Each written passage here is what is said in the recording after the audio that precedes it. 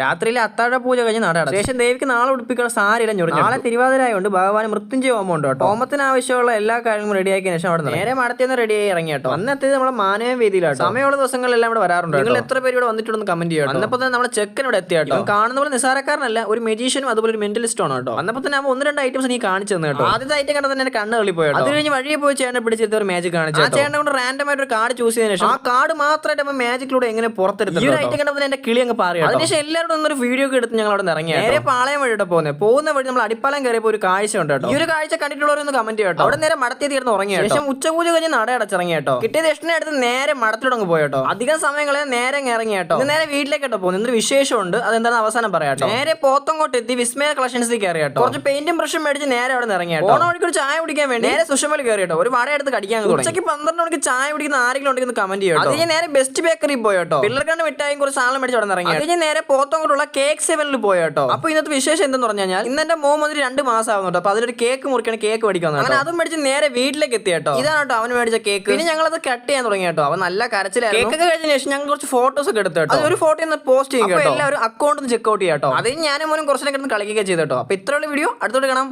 By.